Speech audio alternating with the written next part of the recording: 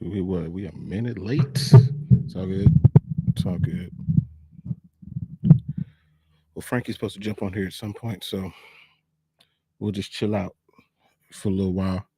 But making the walk, we've been gone for a little while, maybe like a week or so. But we'll get it cracking again this week. Got a few things coming out, working on a couple things. So we'll see what's up. We'll see who pops up in here. I think ITP's chat's still going. Crossovers chat still going. But I'm gonna throw up this contender series foolishness.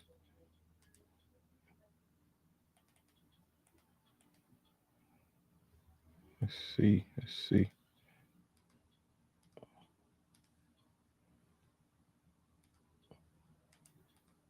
Make sure don't make it easy to get to this thing.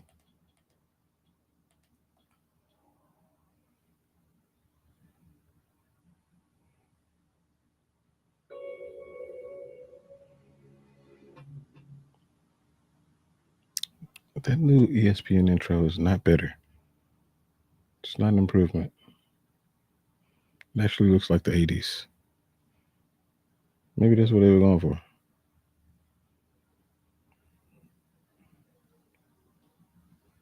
Who knows?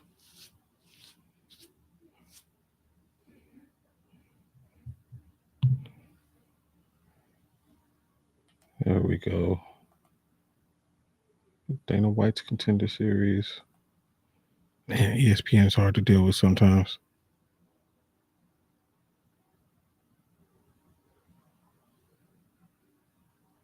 Yeah.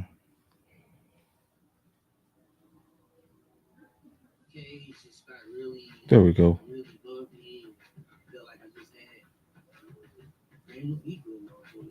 It's always new names you got to figure out. I feel like I reached my name capacity. I can't remember all these people's names.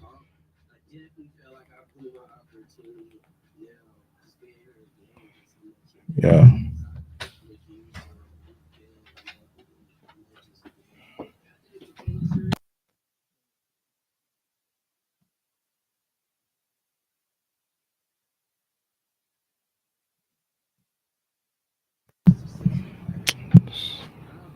Boy. Oh, you can't mess with that. You're going to make this whole thing fall. Don't mess with that. Leave that alone. All right. Go play, man. There we go. You can go play on the trampoline. Don't put that in your eye. Let's see, what is this? The third fight on here? Cortavius. That's one of the blackest names ever. Anything that has Avius on it, it's a pretty black nickname. Or it's a Rome in like the 19, not 19, in the Rome ages, whatever the fuck that is.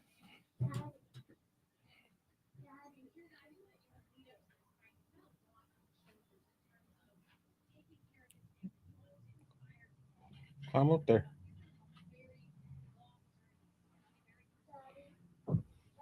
See if see that boy Frankie's gonna show up.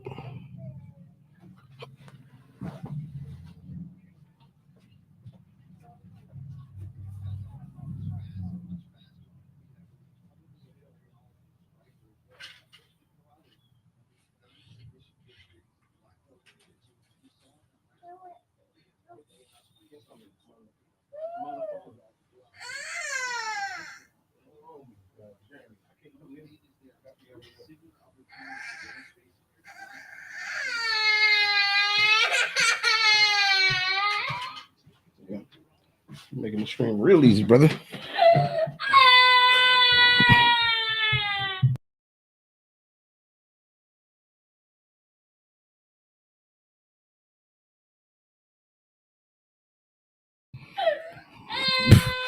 Why is Mike Chandler so obsessed with adopting black people or black kids? I actually know the scoop on that one.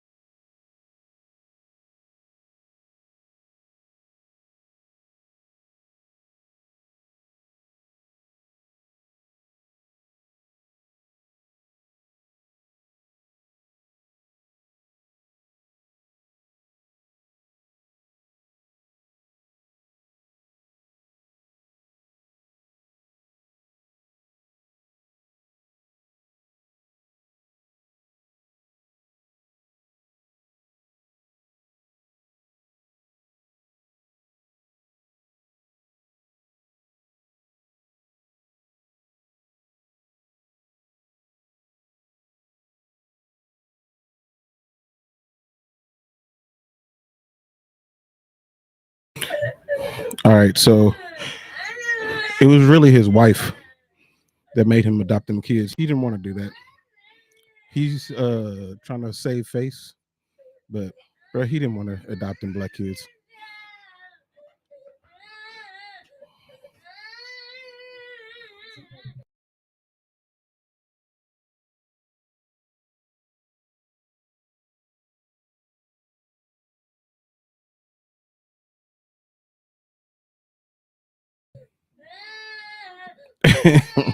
He's not adopting all the black kids. There's more black kids out there in the world that can be adopted.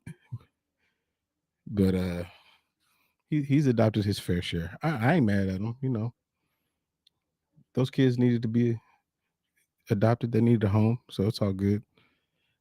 Now, him shooting blanks, that could very well be the case, because you would think that he may have made a bargain with her, like, hey, we'll adopt these kids and have some kids of our own, type of thing. And he's low-key kind of complained about it in interviews.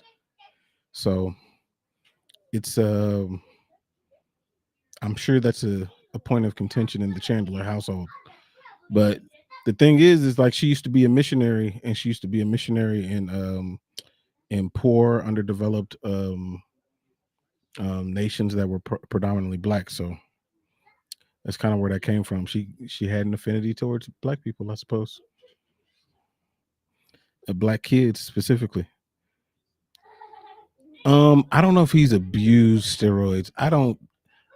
I'm not jaded in the fact that I think um that he hasn't tried to get an edge wherever he could, as far as like getting as close to that line, those rules as possible. But I don't think he abused them, like if he were like a wrestler or something like that, then I think maybe so. But because wrestlers, they don't really give a damn. They will inject anything into their body. They don't care. But I don't think that Chandler did all that. But whatever he did, he could have. I've heard that cutting weight a lot does affect your ability to get or to be fertile. So that could have something to do with it too. I mean, it might have a lot to do with it, to be honest. So who knows? Who knows?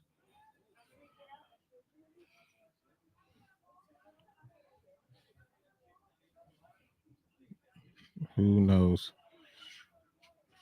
Hey Rick, are you watching these fights, bro?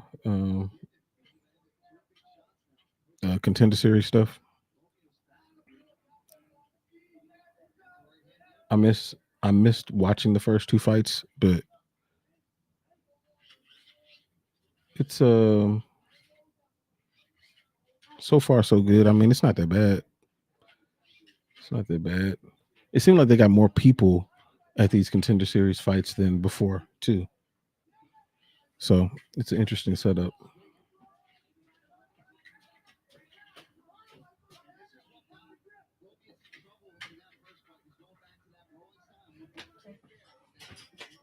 You're not watching it. It's I mean, it's nice free fights, and it typically they have some decent competition on here. So you know, it's not too bad. Not too bad at all. You don't like contender series? Said Danny's pissed about the lawsuit situation. It's gonna go on to trial. And it's gonna uh it's still gonna be hard for the UFC to get pinned down. Because the fighters, they don't have any unity, man. They don't have any unity. And in order for that lawsuit to actually really work, they're gonna have to come together on something.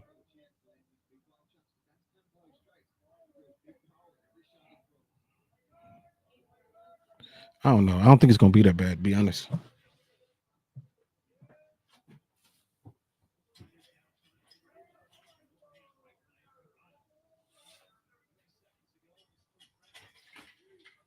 Be careful.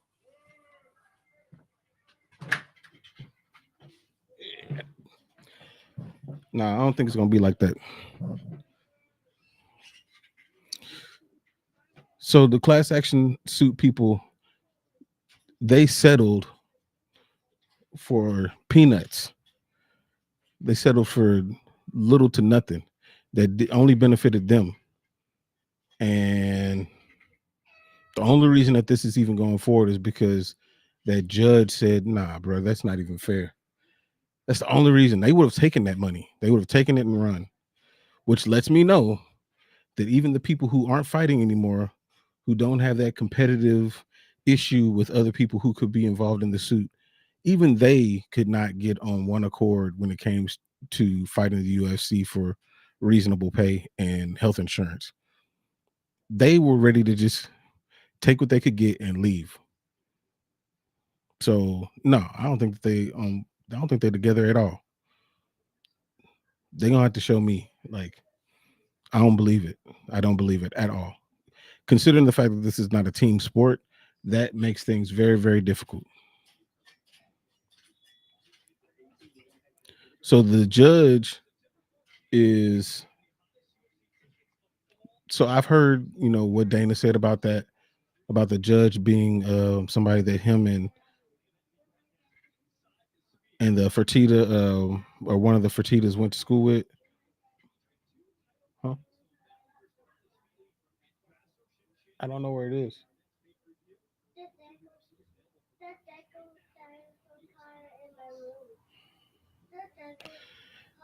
Yeah, I don't know if the judge is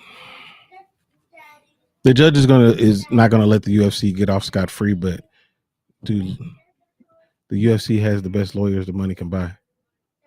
They're gonna find a way out of it. They'll give him some money, but it won't be much.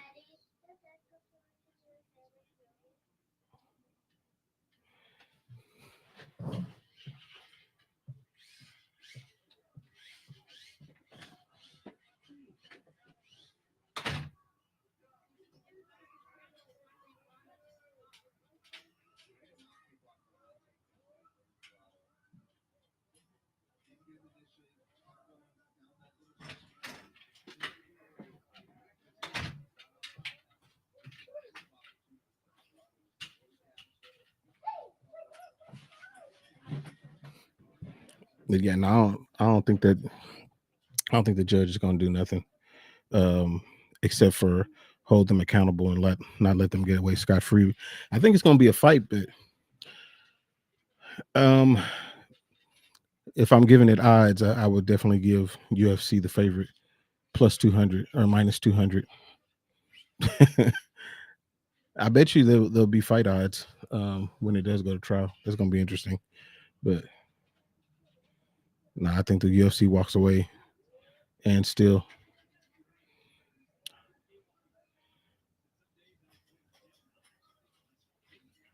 Oh, wait a minute. This boy got this triangle. Oh man.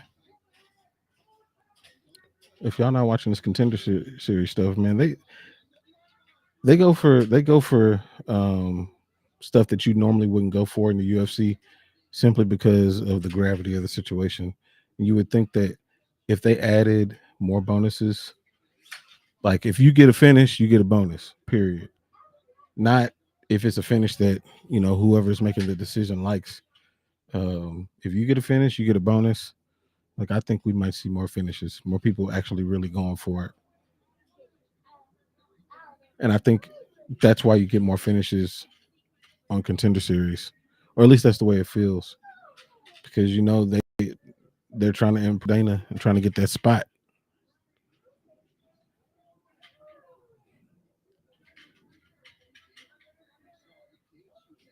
Yep.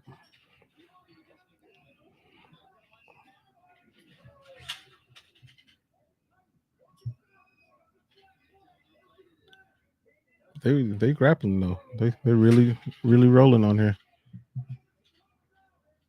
It's been like 4 submission attempts in like 20 seconds.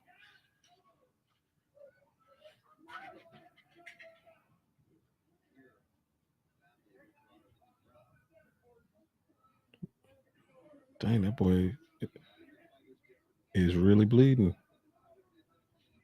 And he's gasping for air on this motherfucker, too.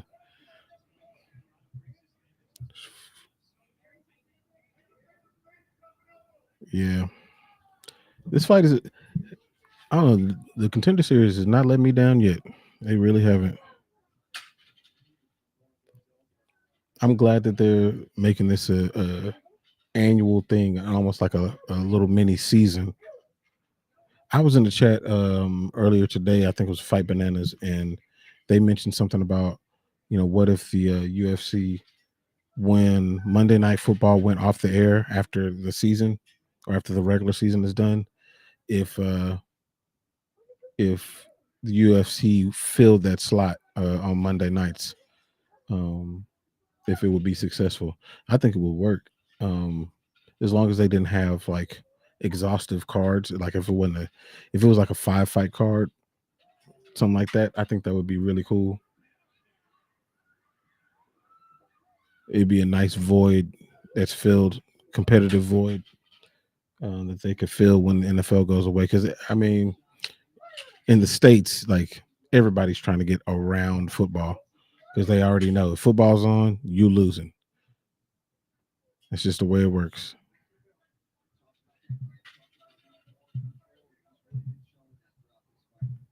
Throw this chat up here real quick.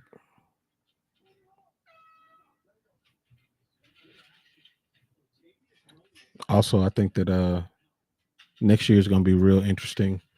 Rick was talking about the lawsuit that the UFC is going to be running into next year, unless it gets pushed back again, which is highly possible. Again, UFC has the best lawyers the money can buy. They can get these things pushed back as far as possible. But also, the ESPN deal is up, so they'll have to make a decision on what they're going to do next. And Dana's been hinting at the fact that it's possible that they could be floating amongst multiple networks, kind of like the NFL and the NBA have been doing or doing. So you might get a piece of the UFC on ESPN, a piece of them on Netflix, a piece of them on Amazon. You never know. Depends on how they set up those deals.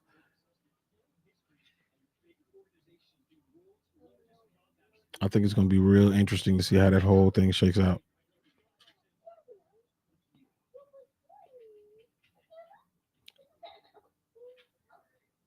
It's round 3.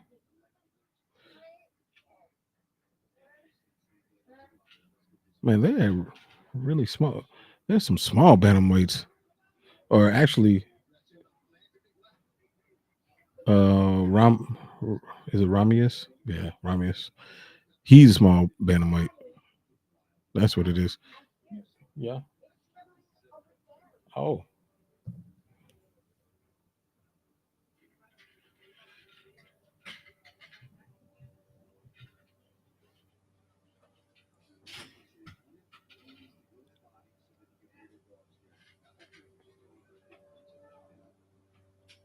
I don't even know who the favorite was in this, but it's a good. It's a good little scrap though. At this rate, neither one of them gonna make it because neither one of them gonna get a finish. But I do think that they are UFC caliber. I could see them, either one of those, fighting at the beginning of a fight night. I can see that. Could definitely see that.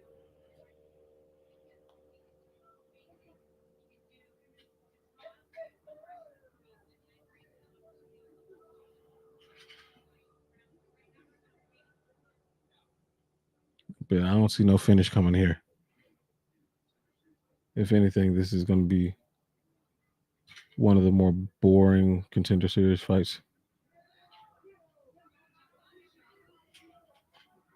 Yeah, and if they had Mike clapping at them, that's not good.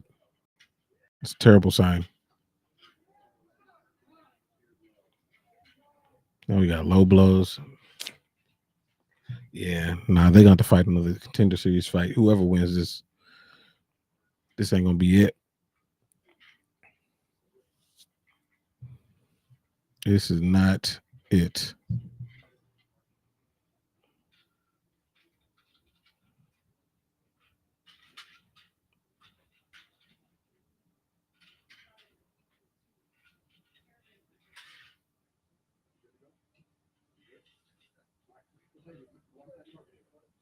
Yeah, I guess that boy ain't coming.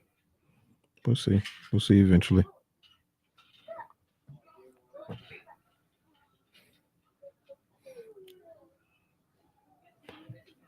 Oh, Imperato is cheating a little bit.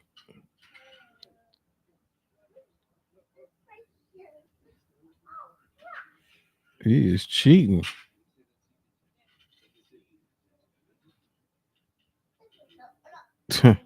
Can't keep doing that.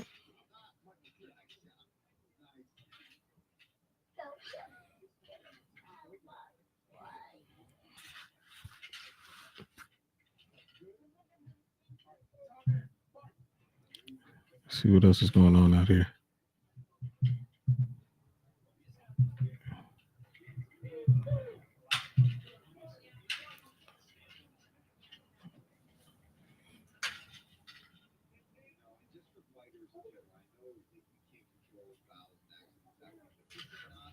Oh, I actually forgot about these Dana White Contender Series gloves, these light blue joints.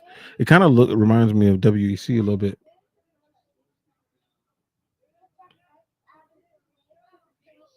You can move it. He slipped. That ain't nothing.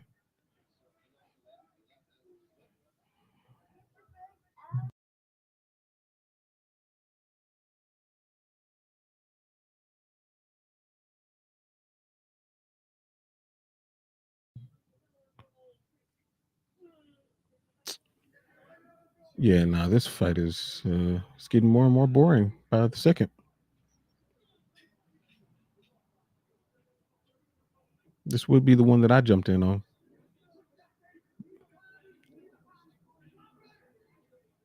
Yeah, you can win the fight, but you can't get no it almost seems like it's if you don't get a finish, you don't get a contract. Unless Dana's just feeling real good that day and he's just passing out contracts like government cheese. But if you ain't if you ain't getting no finishes, you ain't getting no contracts. And they got about 75 seconds to get a finish, and it's not coming. Not coming at all.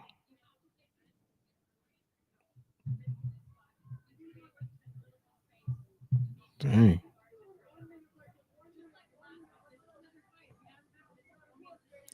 Let me see who else is coming on this card. Let's see.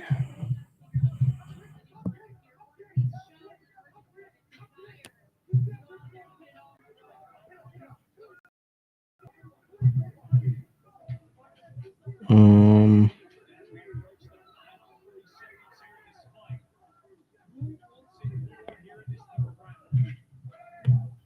we got Rizvan Kuniev against Hugo Kunha next. That should be an interesting fight. I think somebody's gonna get knocked out in that one. One of those dudes, Kuna, I think is from LFA. So that should be an interesting fight. I'm looking forward to that one.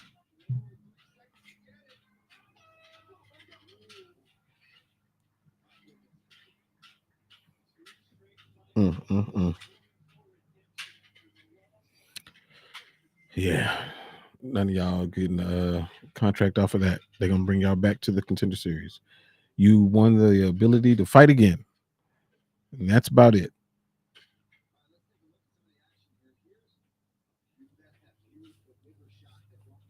Kind of whack. I don't think the next fight will be whack though. I think that'll be a lot better, or at least I hope so. Because nowhere to go but up from there. I mean, it wasn't terribly boring. I think if it was like a regular fight night, then it'd have been like, oh, okay, that was cool. But seeing as though they have a lot more on the line than somebody who already has a multi-fight deal, they're fighting to get a deal. You would think they would have been a little bit more vicious and reckless.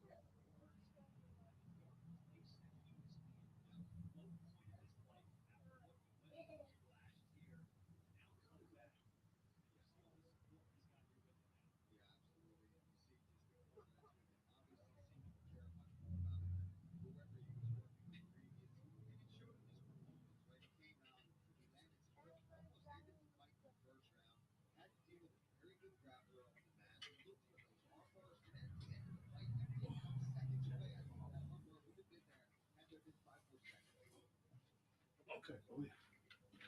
On the inside. Okay, go ahead.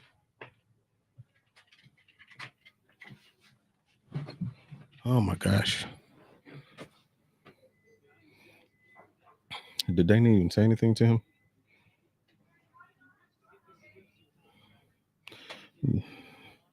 Like Dana ignored the hell out that man. That's sad.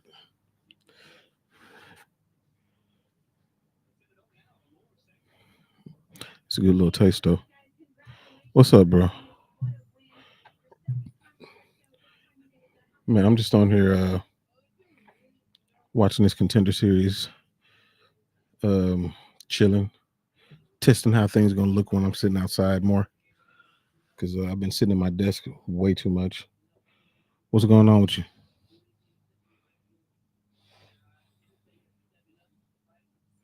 Cortavius Romeus. Romeos? I guess that's his name. I got the Cortavius part though. That's easy.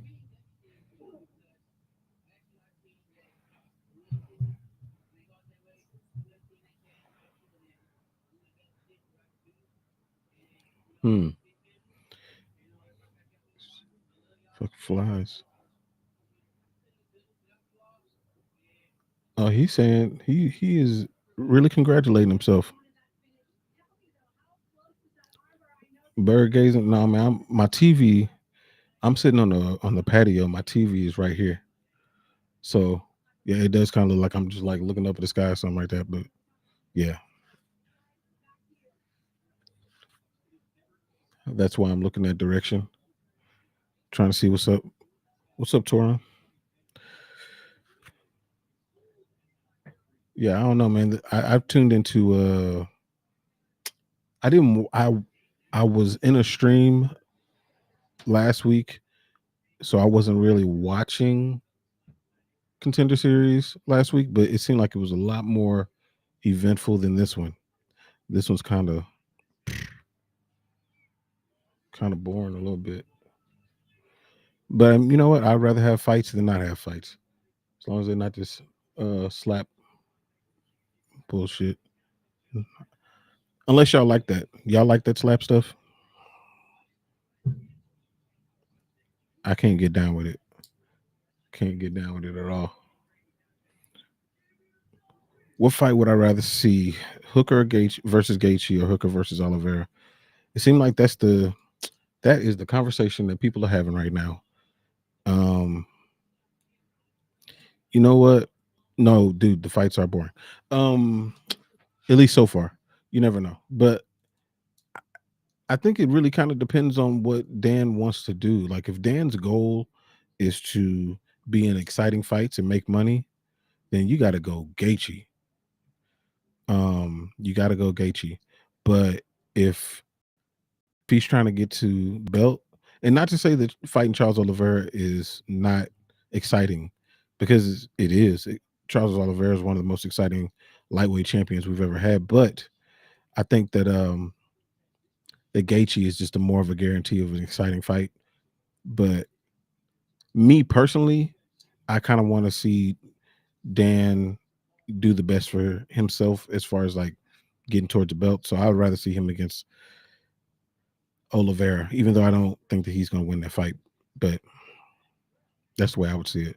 I think that both fights are good too. I agree with that.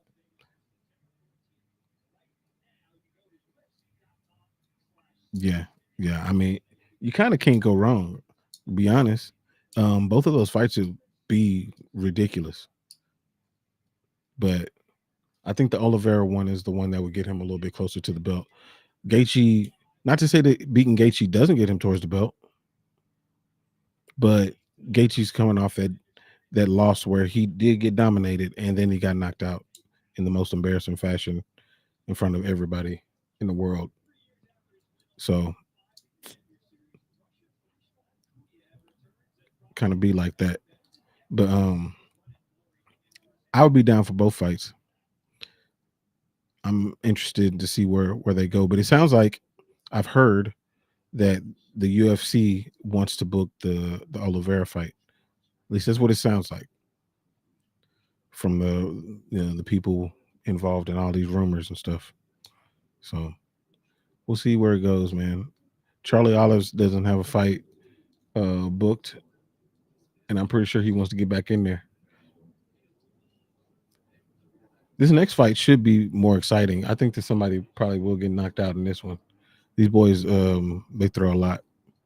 Wouldn't mind seeing Hooker versus Holloway for the BMF. Dude, when Hooker said in his corner in between rounds, when he sat there and he was talking about, that he loves this shit, like that immediately put him, and I already thought that, but it really solidified the fact that this dude is a future BMF type fighter, BMF belt challenger, to be honest. Gaethje versus Oliveira fight, last one. I mean, it was fireworks. It was a really good fight. They are both coming off of losses too. That's not a bad fight either. That's not a bad fight at MSG. They could do that. They could do that fight at MSG, or the one that Toron is talking about, Oliveira versus Hooker. Either one of those work. You can't really go wrong with those. Any of those three, you mix them up, it's going to be a good fight regardless. It's going to be a meaningful fight too, because I know that. I mean, I don't know where Gaethje's head is at, to be honest too.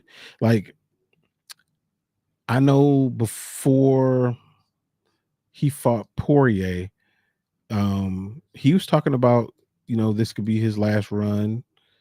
And I think that if he would have lost to Poirier in Salt Lake City, I think we might have heard more rumors about retirement with Gaethje. He's taking a lot of damage. And I know that he's made a lot of money up to this point as well. So I think that if he doesn't see a clear path to the title, which right now it's very, very muddy, I think that it's possible that he could fight one more time and get out of here too. And if he's fighting one more time, I don't know who he would want to do it against. Carlos Prates against MVP, dude. Carlos Prates, he looks so good against Li Jinliang. Like, his striking is silly.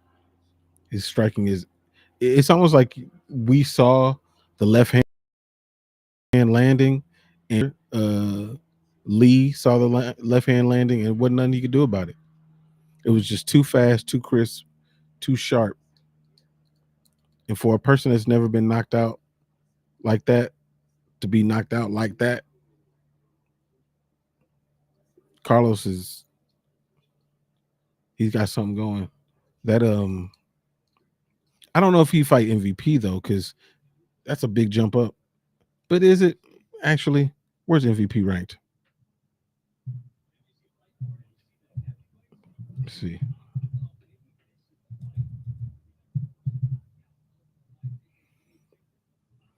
MVP is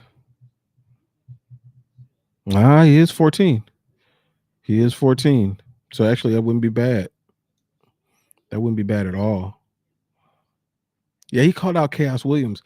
And first of all, I didn't understand who he was calling out. I thought he was just making some noises. I know I had to run it back. I had to rewind it a couple of times to see who he was calling out.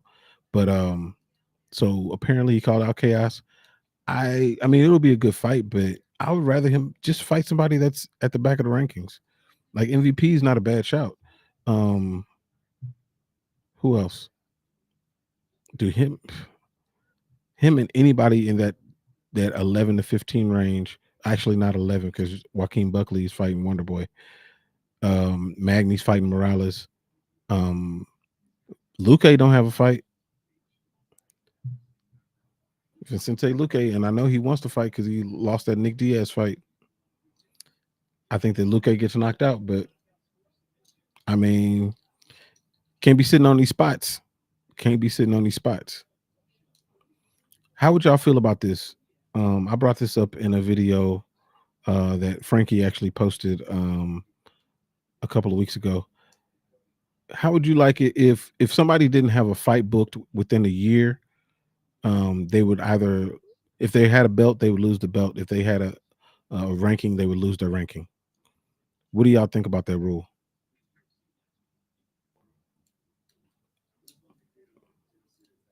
I think that rule would fix up a lot of people sitting and squatting on their spots.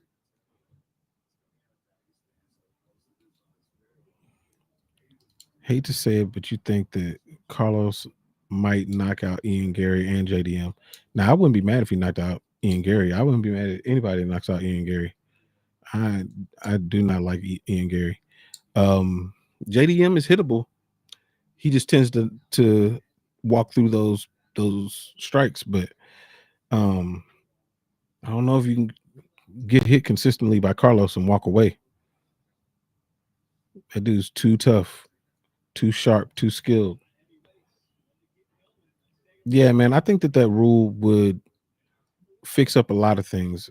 First of all, um, Juliana Pena, she wouldn't have been ranked number 1 to fight Raquel Pennington because she'd have been gone. She'd been out of the rankings. Michael Chandler would be out of the rankings. John Jones would have lost his belt. There's a lot of situations that would have been cleared up. A lot of the controversy that we have going on about people who may not be deserving, like all that shit would be fixed. So you don't like Gary? You lost respect for him after you did what? Yeah, it was the Neil Magny thing and the Jeff Neal thing. I didn't like that walking around with Jeff Neal's mugshot on. I thought that was below the belt. I didn't like that at all. Especially him not being here. He doesn't know how that is, how that feels. You know, even if he did it in jest, it was too far. We don't play with law enforcement like that. That shit's not good, especially for a black dude in Texas, in Dallas. But so you think Hooker has a better chance against Gaethje, not so much with Oliveira? Um, I'd have to agree with that. I definitely have to agree with that. Oliveira's not as forgiving. If you get on the ground, like it's gonna be an issue. If he takes you down, however he takes you down, which is normally gonna be some sort of trip, um, yeah, it's gonna be a problem because he hunts submissions. He's not playing, let me go from this position to this position. No, he's looking for submissions as soon as you touch the floor. So you think that after the Magny diss, Ian became Ian Cuckles to all of us? Yeah, I mean, he really did, dude. I don't think that I could ever root for him. I don't think I would ever. Like, he would have to really make a super heartfelt apology. He's not gonna do that. Why would he do that? It's part of his persona now. So like, I dislike him more than I dislike Kobe now. Do I think that Oliveira can hang with Hooker on the feet? Um, yeah, I think he can. I think Charlie Olive's striking his moved to that level where he can definitely compete. But the thing about him is, how confident is he in his ability to stay there the entirety of the fight? I don't know about that. I know that he wants to get it to his world, but if Dan is successful in keeping it away from that world, can Charles be successful? I think that he can, but I think that that's more of Dan's forte. But the thing about them both is they're super tough. So even if they're hurt, they're not going to be hurt. Kobe and Gary are the most hated guys in the UFC. I mean, they are for me. I'm definitely not a fan of them. After that, like with Connor, it's a love-hate thing. At no point was I ever a big Conor fan. I was never a big Conor fan, ever. When he was coming up, making his run, I mean, I was impressed by his speed, his precision, his accuracy, but I always knew that if they found somebody that was able to take him down, if Chad Mendez was, had a full camp, I think that fight would have been a little bit different. I'm not saying that Chad would have won, but I think that fight would have been different. I think that he would have had more cardio, and we would have seen more of a chink in Connor's armor before we found out when he fought Habib. Um, I mean, we found out actually before then, but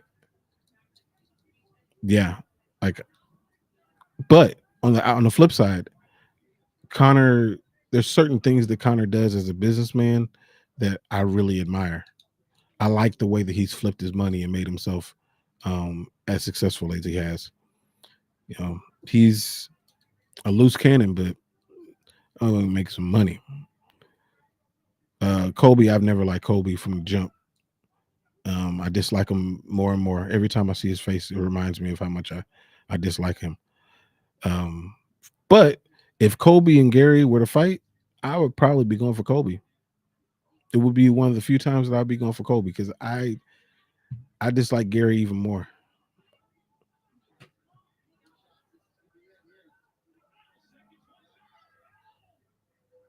But that fight ended.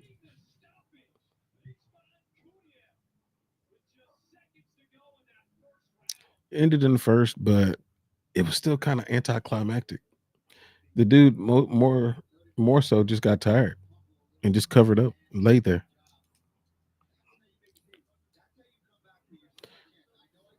It's a lot of second chance fighters coming up in on this particular episode. They fighting a little bit safer than I would like, but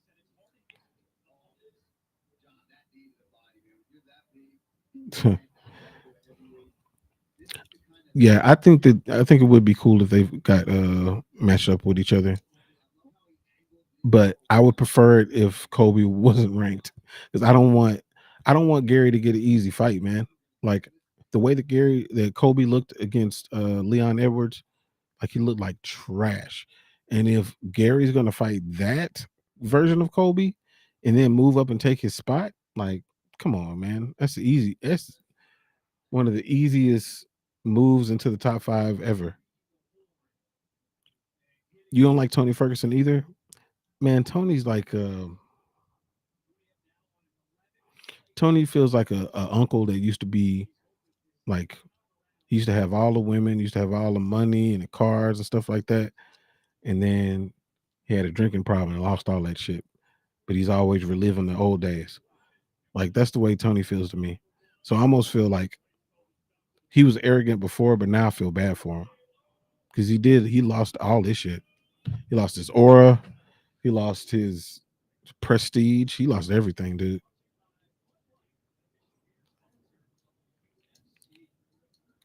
Yeah, his ego is a problem. His ego is a problem. I said, what was it? A video that I put out um, after that fight that I don't even blame Tony for taking these fights at this point. I blame everybody around him. I blame everybody around him for the fact that he's still fighting. Somebody has to put him in a room and have an intervention and let him know, dude, there's other stuff outside of fighting for you. Like this is not it. This is not the end all be all for you. Because one, you're not good at it anymore. And that happens to everybody. You're just not good at it anymore. So do you want to continue to go out here and tarnish the remnants of the legacy that you got left? Like, bruh, why don't you start coaching some other fighters and get your competitive edge that way? I know it's hard for anybody to say to somebody who's a competitor, but he's just in there just taking damage. And luckily, Chiesa just choked him out instead of knocking him out. Because honestly, he had ample opportunity to knock him out. If Chiesa was a little bit more opportunistic with his strikes, he could have knocked him out. But Chiesa was about to retire too. If he would have lost to Tony, he was going to retire. So I can give the UFC props for that. He fought somebody who, was 1 foot out too. So I feel like people try, and he's just like, champ should only say that to me again. You're fired. I don't. They need to hide his gloves, hide his training gear, like everything. And the UFC needs to stop signing him to fights.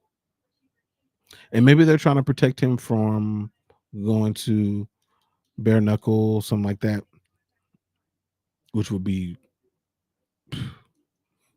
so sad. But they have a good relationship with bare knuckle, so maybe they could talk to them and be like, no, don't do that to him. Same with John Jones. He's arrogant. It's a good fighter, shitty human being. John Jones to me is the greatest of all time, but the greatest of all time doesn't necessarily mean that a person is a great person. Just like I think that Michael Jordan is the greatest of all time, but I think LeBron is a way better person. I don't think that John Jones is a good dude. I think it's in there. I think that when he gets older, maybe he'll be a good dude. But right now, he hasn't been humbled. And maybe him fighting Aspinall would humble him, but I don't think so. Like I think that even if he fought Aspinall and lost, he'd have an excuse. He has a built-in excuse. He's 37. He already has an excuse. So if he fought Aspinall and lost, and he even said it today in one of his tweets that one fight's not going to define his legacy, and it's true. If he goes in there and fights Aspinall and loses, the rhetoric will be John is over the hill. John got old. That would be the rhetoric. John earlier today said his fight with Stipe would be a good finish mark to his career. Dude, like, I'm not mad at that. I'm not mad at that. And of course he has to remark on the Tom Aspinall stuff, but he never said that he wanted to fight him. And we all say that he's ducking him, but fighting Stipe, who's been removed from the sport for 3 years, doesn't really prove anything. But I don't think that this title is not a real title. And I think that's really the issue is, let's just call it what it is. He's not real. He got a ceremonial heavyweight title. He's not the title holder. It's Tom Aspinall. We know this. We all know this. Even he knows this.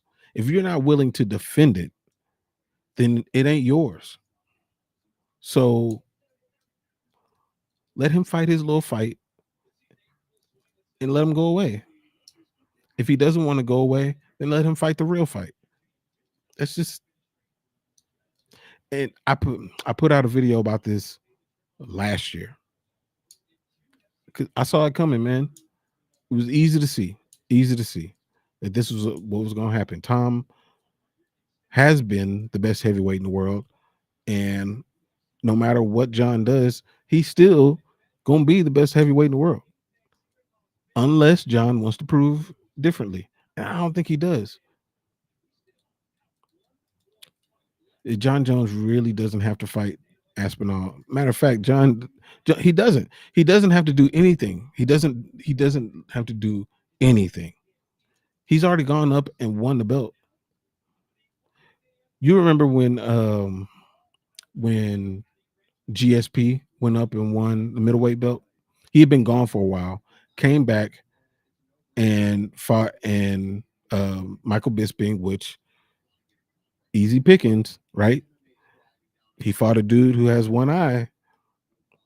We all knew it by that time. And we all knew that he was one of the weaker champions.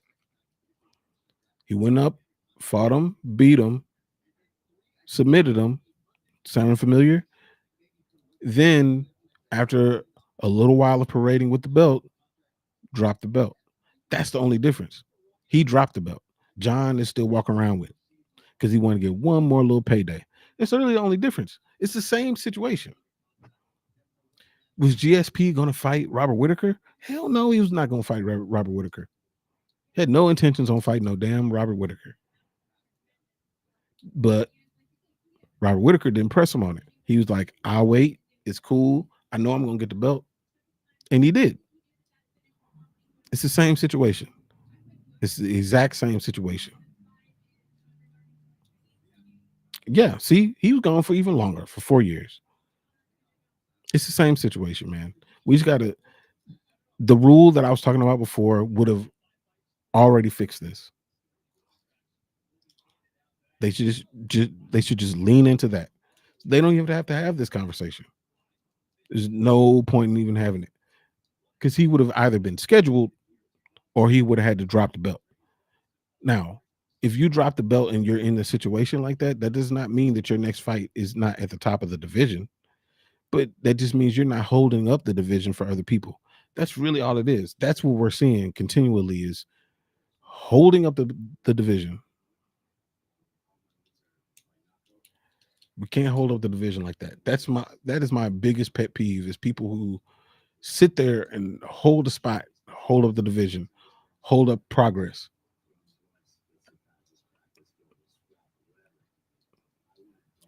Yeah. Appreciate it. But yeah, I'm anxious for that situation to be over with. I'm curious how many title defenses Tom Aspinall can get. I think that he's an elite all-time level heavyweight. He's not my favorite heavyweight of all time. My favorite heavyweight of all time is actually Cain Velasquez. I think that Prime Cain is a problem for everybody. Yeah, like people saying that he's scared of Tom. He's not scared of Tom. He's not scared of him. Tom doesn't think that he's scared of him. He's not scared. I think that it's more of a motivation, because after he beats Tom, then what? He's going to have to fight somebody else. Because after he beats Tom, and I'm assuming, I'm not saying that he will or won't, because we don't know, but let's just assume that he beats Tom. Then guess who's going to have their hand up next? Alex Pereira. So now you got to fight that dude. Like, it's a never-ending cycle. So you got to cut it off at some point. You can't just be like, okay, I beat everyone. Well, you didn't.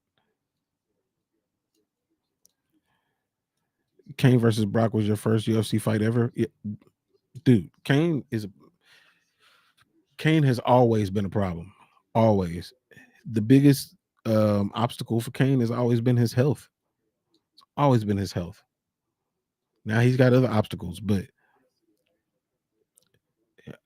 healthy prime Cain, I feel like he beats everybody. I don't see a heavyweight that can beat him. I think that Tom will have a good shot, but I don't know. I still think that Cain beats him, because we haven't seen Tom in rough situations. Yeah, we saw him get hurt, but I mean, he got hurt and the fight was over. We never seen him in a situation where he had to dig deep. I mean, in credit to him, he hasn't been in those situations because he hasn't allowed the situations to happen. But I want to see him in a situation where he has to dig deep, see what happens. I think that John Jones can beat both of them too. I don't know that he will. I definitely think that he'd beat Alex. That size matters. But Tom is a whole nother situation. It's a big old dude that moves very, very, very quickly. I'll tell you what, the fight that I really want to see in the heavyweight division, and I know how people feel about this dude, but I want to see it. I still want to see it. I want to see Tom against Cyril Gane. I really want to see that fight. Both dudes that big, that move like that. I think that would be an amazing fight. It's Tom's fight to lose, but I still think it'll be an amazing fight. Speaking of Alex, what are your thoughts on him fighting Roundtree?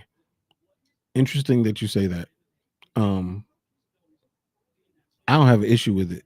So I called it that this was going to happen, and the only reason that I thought that this was going to happen is because if you just go down the rankings, like he's like the first guy left outside of Volkan Ozdemir and Krylov. Krylov, we didn't even know where he was at. There was the rumor that he wasn't even alive. Thank goodness he is, but he doesn't seem like he's ready to step in for a world title. And then you got Volkan Ozdemir, who has had a title shot and came up short. So they may be looking for a little bit more from him to get another shot. Then you got Ankalaev, who is the big elephant in the room. But the problem with Ankalaev is the same problem that you could see with Mokaev. You have people who are acting entitled when they don't have the reason to be entitled.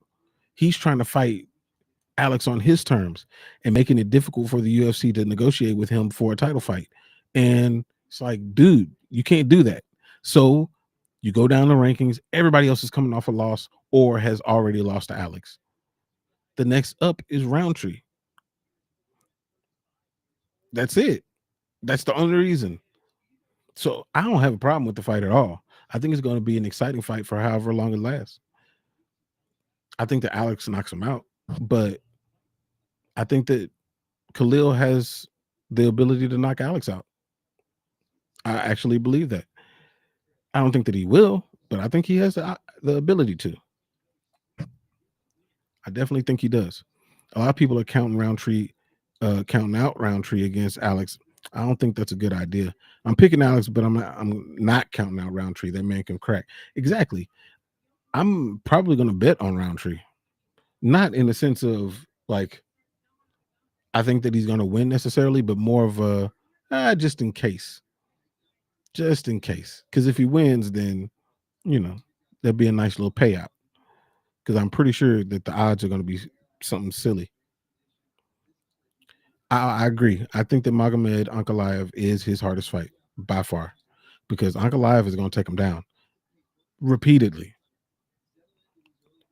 So who knows? They might be doing that on purpose to build up Ankalaev's profile. It may be in the long run better for Ankalaev to fight Rakic, beat him, and then walk into that title match of whoever wins, probably Alex, with a little bit more steam behind him. So, I mean, I'm not mad at the UFC for that at all. Like the whole situation, like there's always been weird title shots. There's always going to be weird title shots. It's not always going to be the number one contender, because a lot of times the number one contender is somebody who's already lost to the champion. Matter of fact, let me look at the rankings. Let's look. Flyweight. Alexander Pantoja is the champ. Number one contender that's listed, Brandon Royval. He already beat him. Sean O'Malley is the number one contender is Marab. He's matched up with him. Ilya Topuria. The number one contender is Alexander Volkanovski. He just knocked him out. Islam, number one contender, Arman Sarukian. He's going to fight him, but he already beat him. Bilal Muhammad, number one contender, Leon Edwards, just beat him. Dricus, number one contender, Sean Strickland. He beat him. Alex, number one contender, Yuri, just knocked him out. Beat him twice. Like, that's just kind of how the list goes. That's how they do it. That's how they do it. It's always going to be like that. They're always going to be reaching for somebody else to fight outside of the number one contender. If that champion has more than one title defense, it's always going to be a situation. Ankalaev is such an awkward. He is very awkward. He is very awkward, but we just saw how awkwardness can definitely help you. And Dricus Du Plessis. Dricus Du Plessis is very awkward, but because of him being awkward, it makes it hard to time what he's doing and know what he's going to do and anticipate. It's very similar to, not the same style, but the same idea of awkwardness as when Dominic Cruz was making his run and doing what he was doing. Nobody fights like that. TJ Dillashaw is the closest guy to it, and it's still not exactly the same. And it was just hard to figure out what he was going to do and when he was going to do it. And that awkwardness can definitely help you. Magomed Ankalaev is very awkward. Everything about him is awkward. He got an awkward face. Everything about that dude's awkward. But that could take him right to a title. And I think that he can beat Alex Pereira. That's another one that I probably bet on Ankalaev when it rolls around. See, it's almost similar to when they had Ally Quinta fight Habib, and Ally Quinta did very well. He did very well in that fight. This is so badass. Alex used to be a drunk and Khalil chubby. Now both top fighters, and it's true. That's definitely a message of perseverance, because both of them were down bad not that long ago, and now they're at the top of the world for sure. Is this Gustafsson? Is he related to Alexander? He's Swedish too, or is it just a common last name? I didn't see his face. I don't know.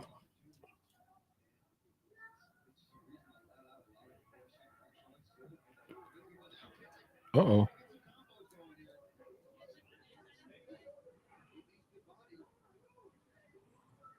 Man, these flies ain't playing. Y'all, it was 108 degrees here today. 108. Stupid hot.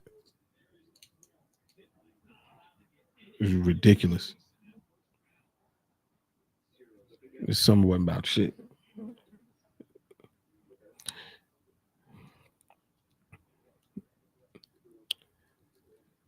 It would be a crazy coincidence. He got to be.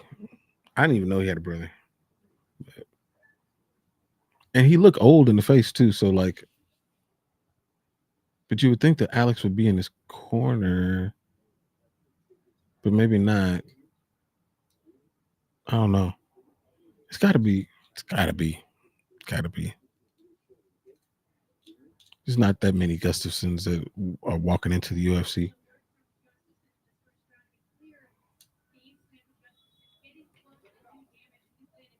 Can't be. Hey, so what do y'all think? Hey, Crystal, what's up?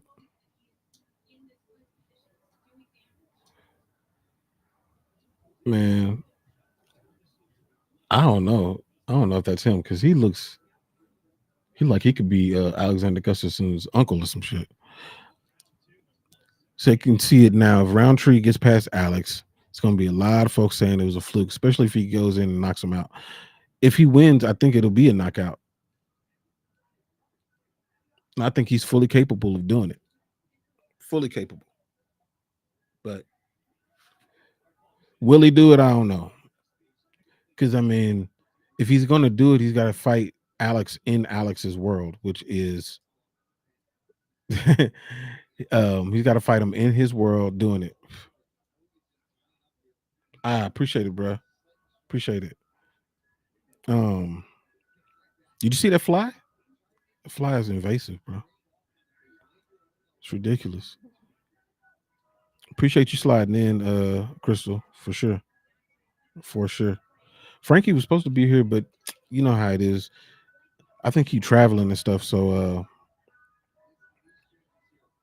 there's no telling. There's no telling where that man is.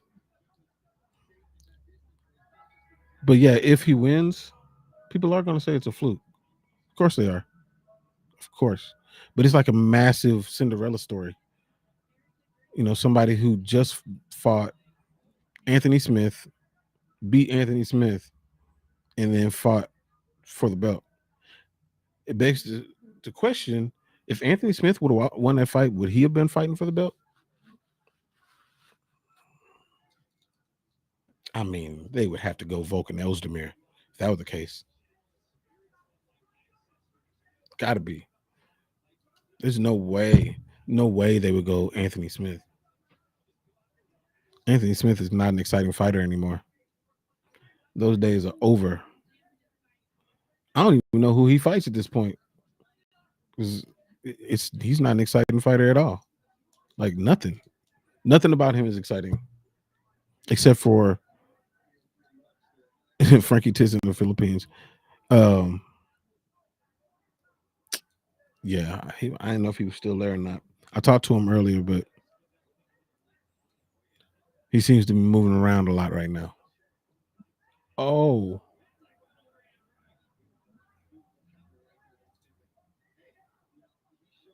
dang. Okay, so now they cracking a little bit. Just a little bit.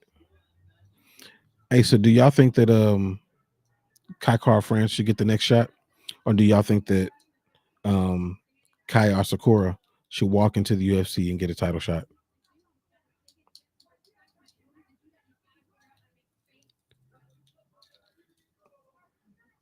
Kai France just knocked out somebody who gave Pantoja a really good fight.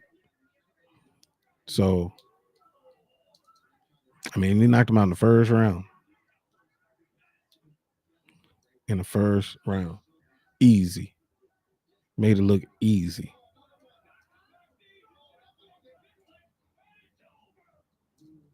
Oh. See, honestly, don't think that Magomed has to necessarily take Alex down. Think he can hang on the feet with Alex? I think he can hang on the feet with Alex. But I think that Alex is, or that Magomed is a more cerebral fighter, and he's going to take the path of least resistance. I think he's going to take him down as soon as he can. But I have seen Alex improve a lot in what he does on the ground. Not in the actual fight itself, but in some of his training videos, he does look like he's improved quite a bit. Sakura needs to do a little earning before he gets a title shot. I mean, I agree. Like, I would like to see Kai Sakura come in and fight somebody like Steve Erceg. Let him welcome him to the UFC. Something like that. And then if he wins, like, I'm cool with people walking into the UFC and fighting one time and getting the shot. I'm okay with that. Like, who was it? Chandler fought and knocked out Hooker and then walked right into a title shot.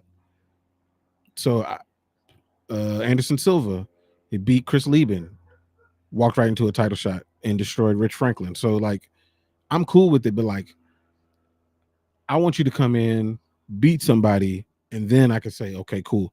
Like, I think that Kayla Harrison should have been the one that's fighting for the belt. Kayla should be fighting Pennington, not Juliana Pena. She didn't do nothing to earn that. She's garbage anyway.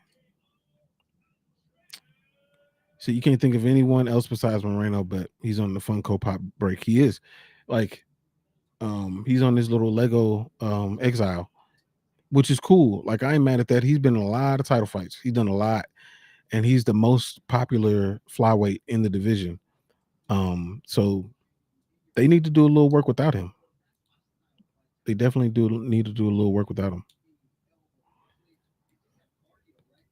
He said Alex is kind of hittable on the feet. He is. He is. Like, he works to tough it out. But the thing is that chin only lasts so long, and he's been in a lot of fights. Like, his kickboxing record isn't as extensive as Izzy's, but he's been in big fights against big punchers. So he's taken his fair share of damage. And he's older. I think he's the oldest. Yeah, he's the oldest champion we got. So even though, he hasn't held the belt for too long, in regular human years, he's an older man when it comes to fighting. So you glad that Jamal Hill finally stopped talking about Alex? Yeah, temporarily. Man, my thing about Jamal Hill, like, I like Jamal Hill a lot. As a person, I think this because I've met multiple people who he reminds me of, but I do think that he voices his complaints a little too often. It's okay to have those complaints, and there's some validity in a lot of things that he says, but the fact that it's coming from him in his position is what makes it feel petty and um like a crybaby. Um, especially for somebody who lost to Alex in the way that he did. Um, like I understand what he's saying about Khalil getting the title shot and all that. I get it, but I feel like he would have done himself a better service to really just express that in his inner circle and not say that to the masses, because people are just going to look at him the way that they look at him. And maybe he don't really give a shit. Maybe he don't care, but like they're in the fight business. They're prize fighters, and in order to get the largest prize, you need to have people that want to see you fight, for better or for worse. And I feel like people are getting a little bit more indifferent with him because of the way that he chooses to put out his opinion. So that's just my take on Jamal Hill. I like him. I'm gonna watch him fight, but what's up, Docs? I don't know. That's just my take on Jamal Hill. I do like him, and I'm curious who he's gonna fight next. I would. It depends on whether Yuri wants to take a break to get his brain together. But what's up, Western? Yeah, it's just a matter of whether Jamal wants to take that break and get himself together, but or both him, Yuri, and Jamal. But I think that would be a dope fight.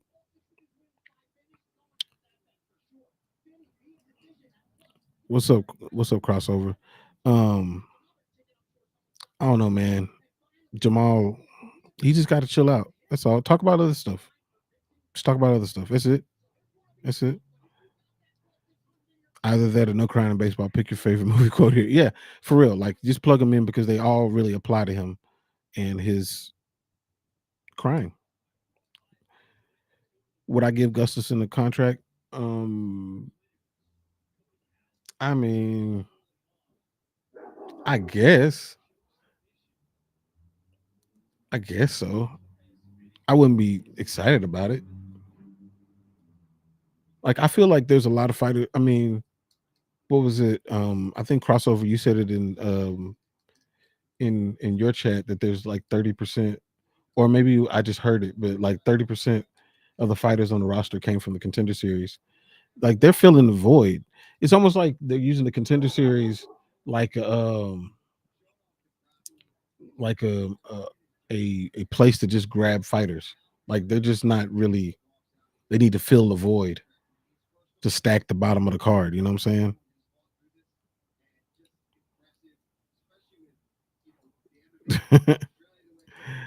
uh, you like Rockage in the Uncle Live fight, huh? It's not a bad take. Rockage looked really good against Yuri until he didn't. He looked really good against Yuri until it all fell apart. But Rockage is always, he's always like right there on the being a contender, and some shit happens. He either gets hurt or, um, you know, the shit that just happened with Yuri, where he was winning the fight and then he lost in emphatic fashion. Embarrassing.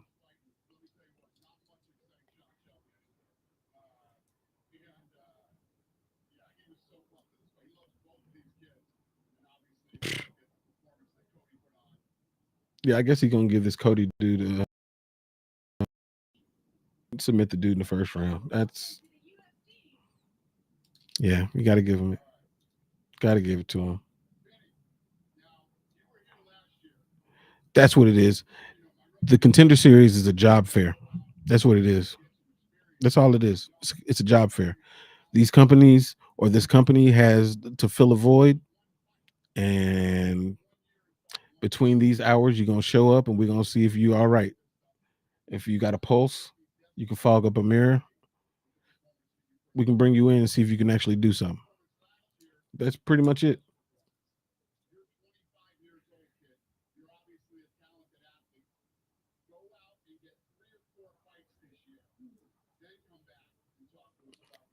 Yeah, see, I'm glad that he's telling people no. I feel like last season he was telling too many people yeah. Way too many people yeah. Is it he being hard on steroid midget?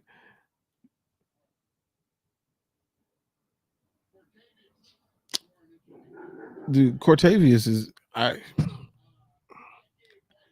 wouldn't have even sat him up there for how that fight went. I've been like, bro, you know you ain't getting this damn you ain't getting no damn contract. So you kind of like those analogies like a job fair. Yeah. Dude, that's what it is. That's all this is a job fair. That's all. I feel like the Ultimate Fighter is it's outdated. They don't need it anymore. I'm cool with them having it, but they got to change up the format a lot. A lot. It's the same concept though. It's just we get more behind the scenes and they got to stay in one place and they fight multiple times. It's the same concept. Contender series, we just fast forward into the fights, which most of us do anyway when we're watching Tough.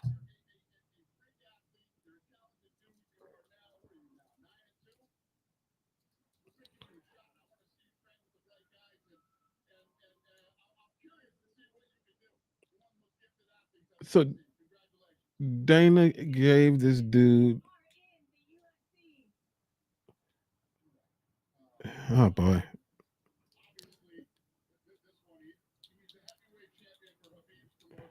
mm, mm. And gave Cortavius what's up, big man? I the brother probably and why my own book and yes. Come on, Jeremy. Can he play on the trampoline? He can. I just can't get on there with him. Okay, you can play by yourself. Go. I gotta go help him put him on there too. I want to play to the trampoline. Go ahead.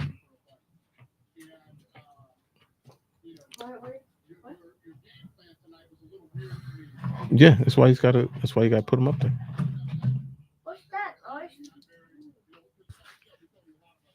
Oh boy,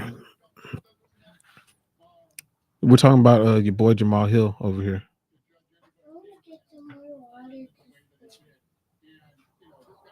We're talking about him being a crybaby. You think he's a crybaby? Yeah, he can be. I said that I think that it would be better for him to just he can have those feelings and just talk to his inner circle. Keep them inside. Yeah, keep your feelings inside.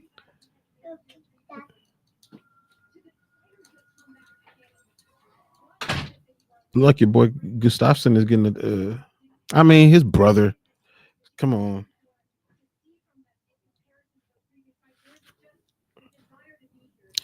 I don't see nobody on this thing that I'm like, ooh, like they can make some noise. Like,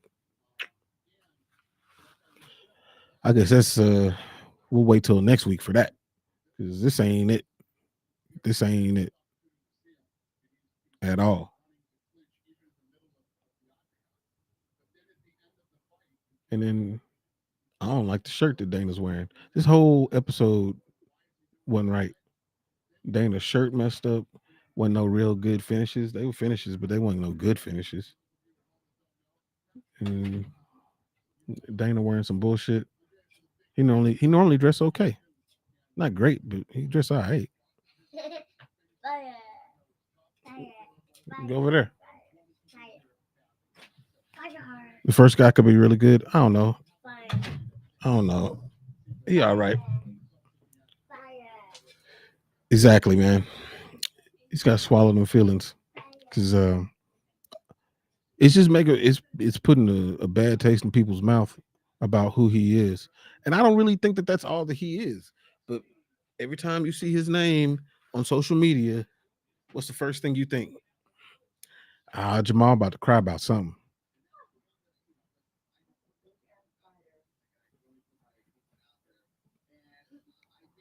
Like, yeah, I don't know, man. Yeah, it was downhill from the first fight. It sucks that this is the one that I watched. Maybe it's me. It's probably me.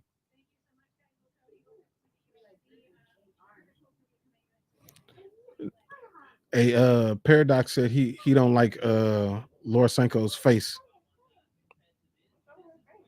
I don't know. He don't like her face. I like her face. I thought she was pretty, but like, She's not as pretty as Olivia, but she's pretty. which is interesting that you say that she's not as pretty as Olivia because that's who we were comparing her to. And now Megan is on another level, but I don't think that Lorosenko's terrible. Cody Hayden will be champ of what? He'll be the champ in his house. He will be the champ in his house. He would definitely be that. I don't know about nothing else, but he'll be the champ in his house. He will do that.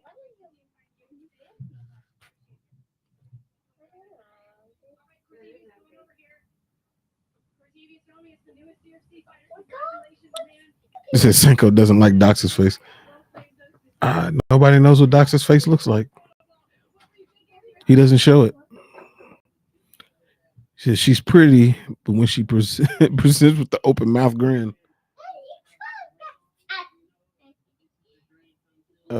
Yeah. I mean, I don't know.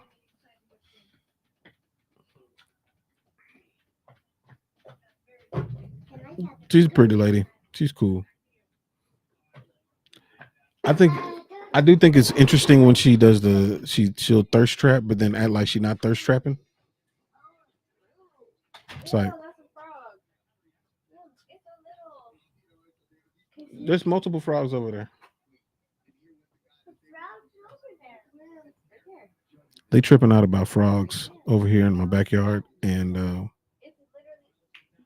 but they standing like 3 feet away from it, won't get close to it.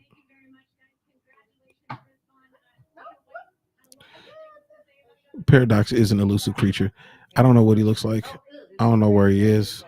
Well, what's up, Tats? Hey, Mills, you probably shouldn't stand on that right there. You're gonna fall. What you scared of? God, dog. Tats, you watched the did you watch the fights, man? No, they gotta jump on me. Isn't that Rick's dad? Wait, no.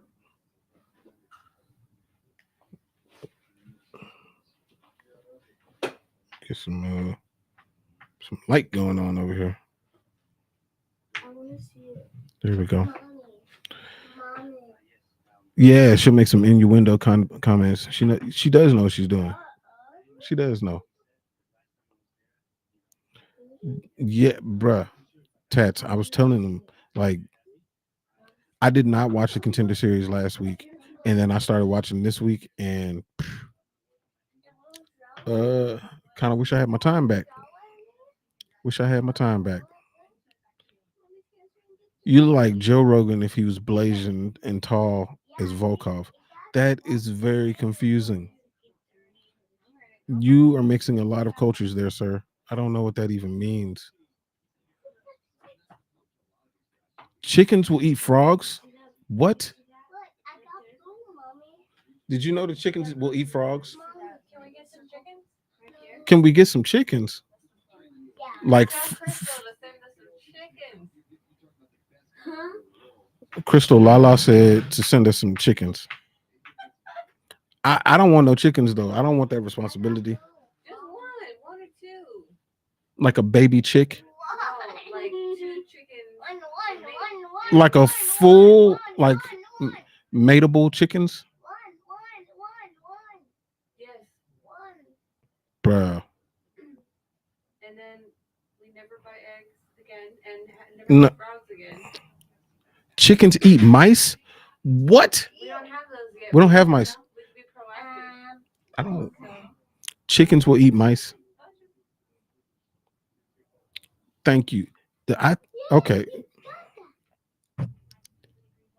So now we got more people in here. We can have this conversation. I think the Roundtree has a chance.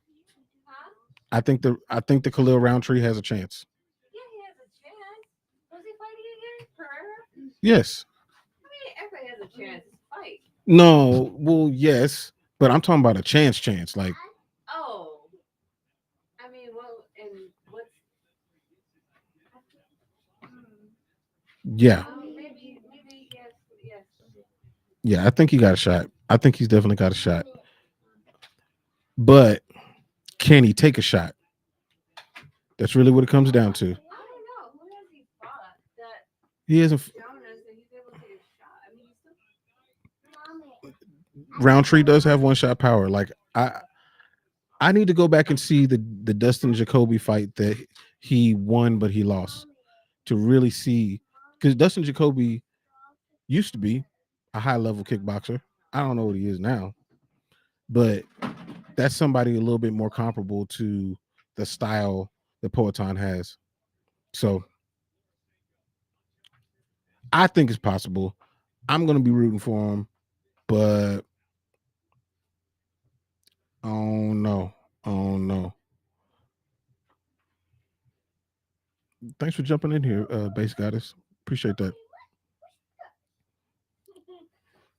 Okay, wait. You seen a rooster one shot of rat, and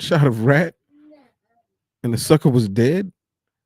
But the other day, one chicken was chasing the other chicken around the yard. I come to find out it's because the first one caught a frog. What? See, that's the stuff that you need to be having on your channel right there. Yeah, That's what I want to see. I want to watch that too. Yeah, and you need to like match them up and everything. Like do a tail of the tape, all that, all that.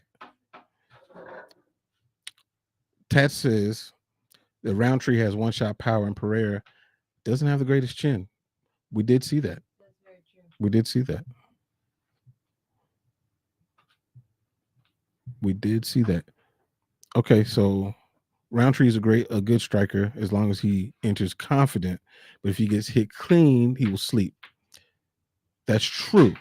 If he does get hit clean, he has to stay away from the traps that Alex is going to set. People think that Alex isn't a cerebral fighter, but he's very cerebral. Very. Um, and oh, you have a short video where you're trying to dig a hole in the coop. Oh, I saw that one. I saw that one. I also think that Jacoby won that fight, but I have not rewatched that fight to see how that went. So, but I kind of want to see that fight to see um how that shook out for him because or how the striking exchanges were. The Poetan vaporized Jacoby. Well, it's Poetan. He's a world champion.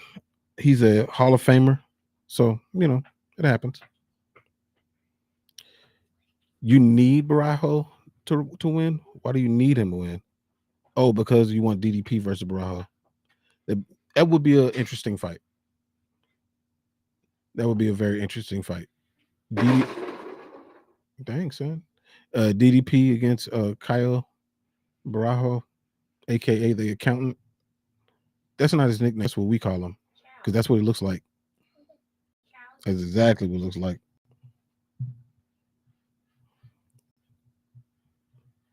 I would like to see that fight. I don't even know how I feel about that card or about that fight in particular because of Jared Cannonier. Like, just he's one of those fighters that you kind of like and you have an affinity for, and you're like, you don't really want him to lose, but in reality, like, dude, 40 that might as well be 80 in fighting years. He looks like an evil Paulo Costa. He does kind of look like that. He does. I don't know. I like Kyle Barajo. I'm curious about his striking though, because I know his grappling is really his bread and butter, but his striking has been something that he's been leaning on a little bit more. So you said Kyle should not stand with Jared at all. I maybe 2 fights ago, 3 fights ago, I would have thought that, but I don't know if I think that now. Which one? Take it off? This one. Why? They're backwards. No, they're not. No, they're not. If Cannonier wants to continue, he should go back up to light heavyweight. 2, 1, 2, I don't think that he should. 2, I think that he should retire.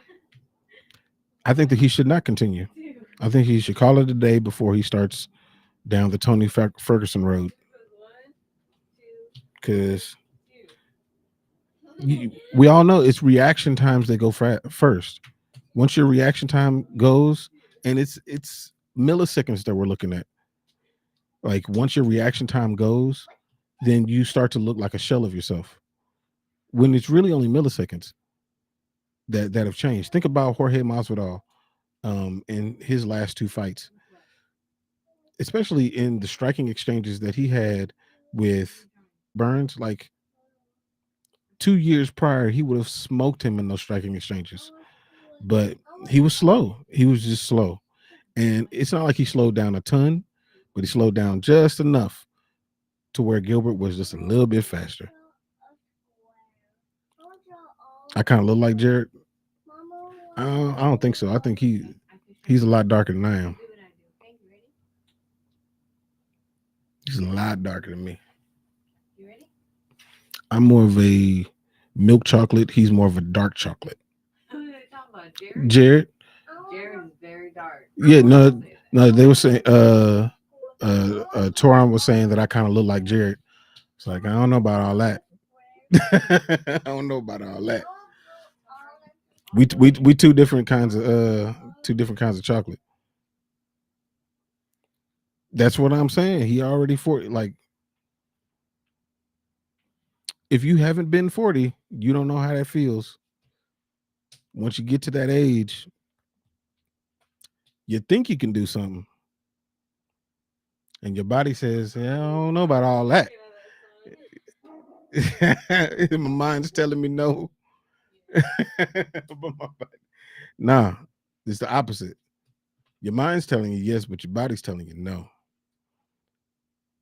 Do you think Jared he's hit that He- peak? Yeah, I think it has reached that part, and he doesn't know it yet, but I think he'll be reminded very he soon. knew it, but the UFC knows it, which is why. Yeah, for sure, for sure. No, I'm 44, You did a good job. There you go. You got it. 44. Jared is so dark you can see the blood on his skin. Jared dark, man. Jared dark. Jared is Wesley Snipes dark. I think when he lost weight, I'm trying to remember if he got darker or if he got lighter. When he lost weight? Yeah. Oh, when he lost weight, he got darker. I think he did all his training outside. For sure. It's always that color, but For sure. the little But at least it's even. He's even colored all. I mean, I don't know all the way around. I don't want to know all that. okay, you do But one, yeah. two, one. Good job. Yeah, Jared is black. One, two. Your husband decided to get you a punching bag for your 40th birthday. That's a good. I mean, were you punching, and that's why he was like, "No, we need to get this." You thought I was 32 or 33? I appreciate that, man. I did too. I was 32 or 33. I did too. I've been there. I've done that. Trick me. Been there. That was one, two. It was his crystals. Man, he really did lean into those crystals. He leaned into those crystals. He was walking around with all kind of rocks. You know, I haven't seen him with his little rocks recently. I think he keeps them like he. I think he. Bragging about him now. Yeah, he keeps them on the low. He keeps his rocks on the low. That's all it is. He was really leaning into that crystal stuff for sure. But I mean, you know, if it works for him, I mean, go with it. If it worked for you, Yeah, you know, everyone's got got their little rabbit foot, you know. Everybody has their own idiosyncrasies. You call it that. I didn't know. What's up, Chris? CG.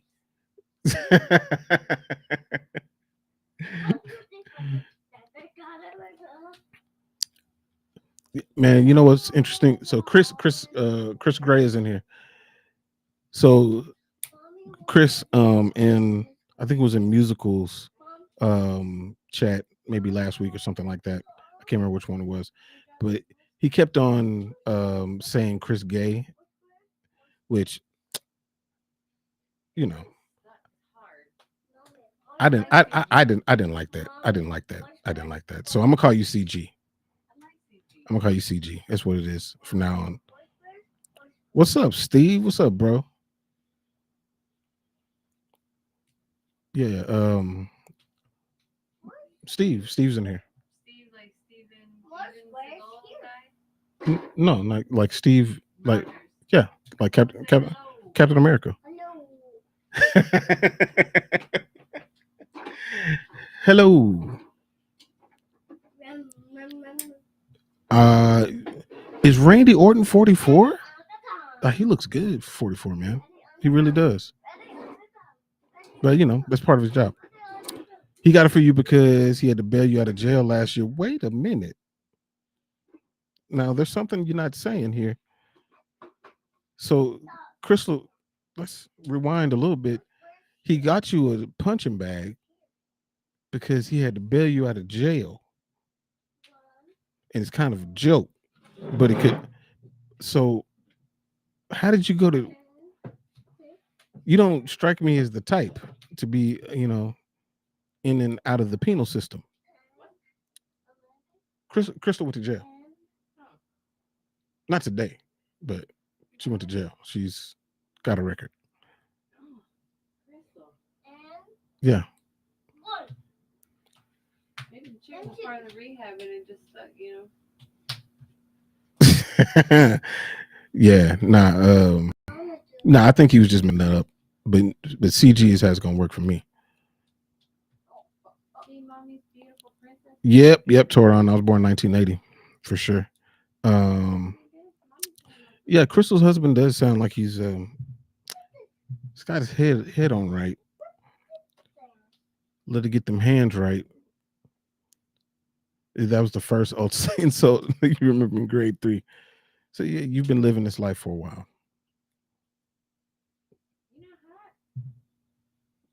Let's go inside. Let's go some water or something. Ooh. Come on. Can We need to wash our hands. I get a water? I was gonna ask if you wanted a plate. Oh yeah. Well, no, just the water. Just the water. You can hear me? I can just get a water. Yeah. You're a 90s kid. You born in 95. I had a whole learner's permit, bro. I was about to drive in 95. I had a job already. Okay, so here's the deal. Let's put it this way. The girl had it coming. Okay, wait a minute. So the girl had it coming, and you unleashed about 38 years of pent-up anger and aggression all in one fight. Was that the only, like, have you been in a lot of altercations there, Crystal? Like, I didn't know. I didn't know about this side of you. We normally go to your channel for peace and tranquility. And here I'm hearing that you were training for a fight. I didn't know about all these things. I know Base Goddess, I know she throws hands. I know she can fight. But I didn't know about this, Crystal. Is everybody that comes in here a fighter? Female wise? I don't know. That is very interesting. What kind of cartoons did you watch, Toron? I'm curious. Did you watch like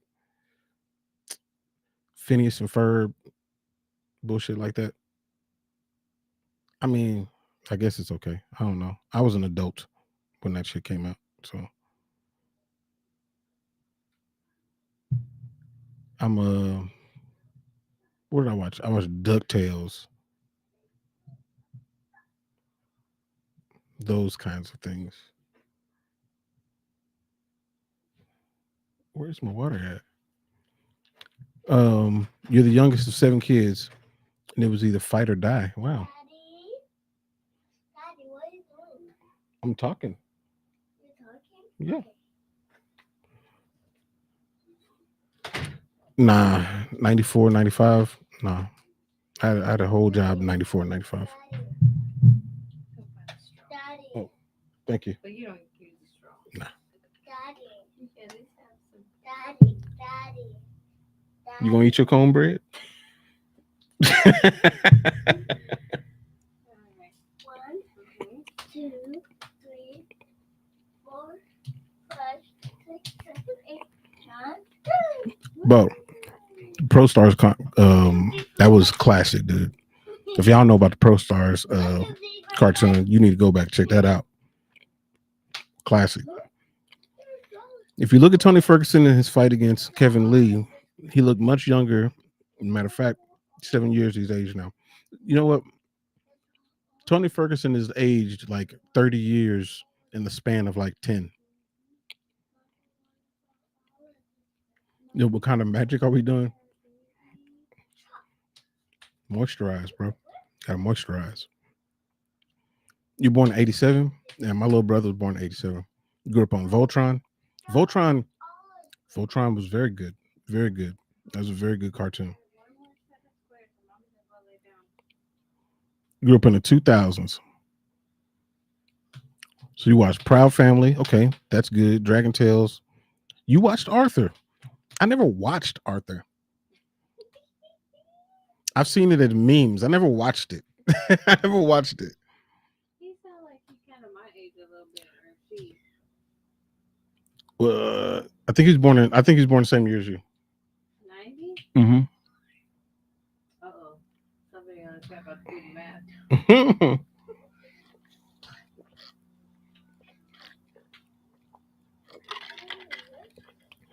I can't go. CG used to scrap in the streets, in them streets. Mutant League. Okay, you 29. Okay, so yeah, he's just a little bit younger than you. Yeah, I think when he said Proud Family, I was like, huh? Yeah. When he said he used to watch Arthur. Born in 95. Okay. Crystal, she grew up on Looney Tunes and Merry Melodies. Yeah. Mm-hmm. No, that's hey, take it easy. Take it easy. I was gonna say that. Take it That's easy. up your lane, you know. Looney Tunes is dope. I like Looney Tunes. I was just saying, you know, I could never catch it live on TV. Mommy, a book. It's because it was no live on TV on Looney Tunes.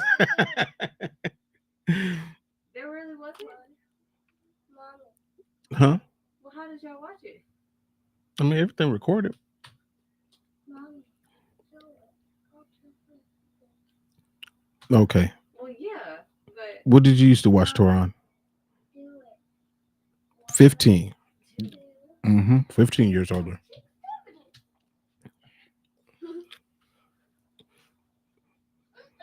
I think the majority of the people that are in like all of these different chats, I feel like the age range is like why? 25 to 35, maybe. Mm-hmm. Now Elmer Fudd and Bugs Bunny, they used to be a trip. If you go back and watch it, like they say some stuff you can't say now. Mommy, let's try it. Mm, We gotta try it. I did try it. Let's try it. Okay, I'll say ready. 1, 2, 3, 4, 5, 6. Man. Do it.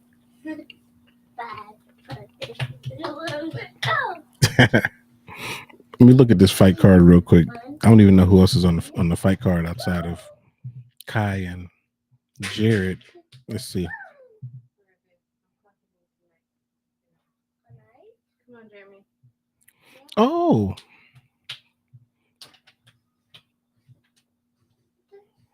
You got Angela Hill and Tabitha Ricci. Okay. Does anybody care about that fight? Angela Hill and Tabitha Ricci? Hmm. I'm surprised Tabitha Ricci took that fight, to be honest. Let's see, who else is on this? Neil Magny and Michael Morales. Morales should win that fight. GM3 against Shabazian. I guess Shabazian should win. That boy is a waste. I thought he was going to be way better than that. I think I just fell victim to listening to Ronda for whatever reason. Don't ever listen to Ronda Rousey about nothing. Give a damn what she suggests. I'm doing the opposite.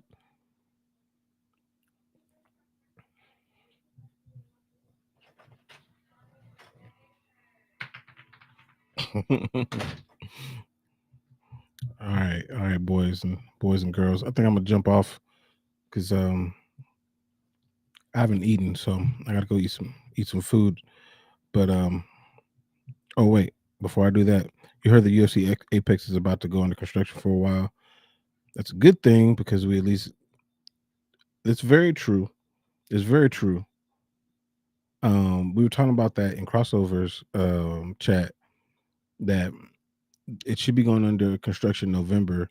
UFC Tampa is in December, and if my daughter Sweet 16 is like a day before, or yeah, a day before, so I ain't gonna be able to do it, but it's good that they're shutting it down. Anywho, I'm gonna grab some food. Tomorrow I am jumping on somebody else's live, so I will.